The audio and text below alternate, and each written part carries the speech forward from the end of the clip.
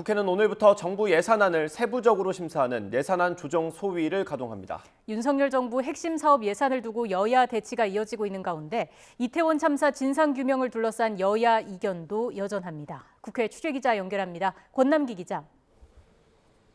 네, 국회입니다. 네, 국회는 지금 예산 정국입니다. 오늘은 사업별 예산을 세부 심사해서 최종 예산을 정하는 예산안 조정소위원회가 열린다고요. 네, 그렇습니다. 국회는 오늘 예산안 조정 소위를 열고 639조 원 규모의 내년도 예산안에 대한 세부 심의에 착수했습니다.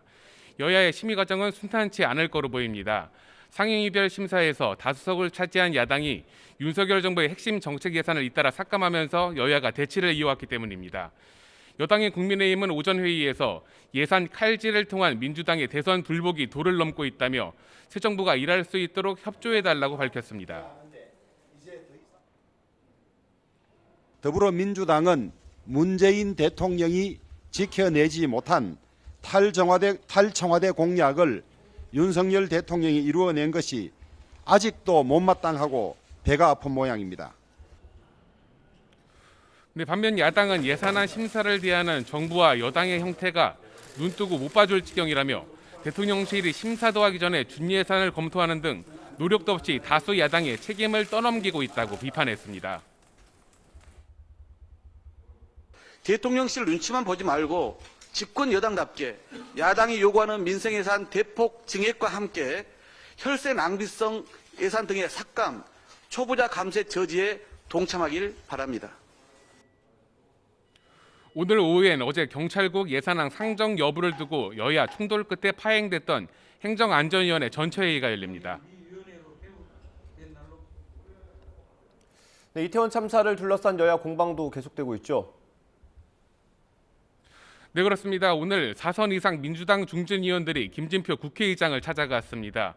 국정조사 특위 명단 제출을 요청하는 등 관련 절차를 서둘러 진행해달라며 국회의장을 압박한 건데 야당의 이런 요청은 어제에 이어 이틀 연속 이뤄졌습니다. 오늘 국회 행정안전위원회 전체회의에 이상민 행안부 장관과 윤익은 경찰청장이 출석하는 만큼 야당의 책임 추궁은 계속될 전망입니다. 대통령이 없는 동안 아무것도 하지 않고 책임도 지지 않은 장관에게 무슨 고생했다는 말입니까? 도대체 어떤 고생을 했는지 저는 알 수가 없습니다. 네, 반면 국민의힘은 민주당이 각 시도당에 이태원 참사 서명 인원 목표까지 세워 공문을 보냈다며 남의 슬픔을 이용해 이익을 추구하는 패륜적 정치를 그만두라고 이 대표를 직접 겨냥했습니다. 주변과 측근 4명이 죽고 가족들이 울부짖으며 괴로워해도 손길 한번 잡아주지 않던 분이 당을 동원하여 추모를 외치는 것에 어느 국민이 공감하며 진심이라고 느끼겠습니까? 이런 가운데 여당은 오늘 문재인 정부 5년의 실정을 점검했다며 국정감사 백서를 발표했고 야당은 윤석열 대통령의 순방 외교를 두고 신냉전의 성봉대가 됐을 뿐이라고 꼬집었습니다. 지금까지 국회에서 전해드렸습니다.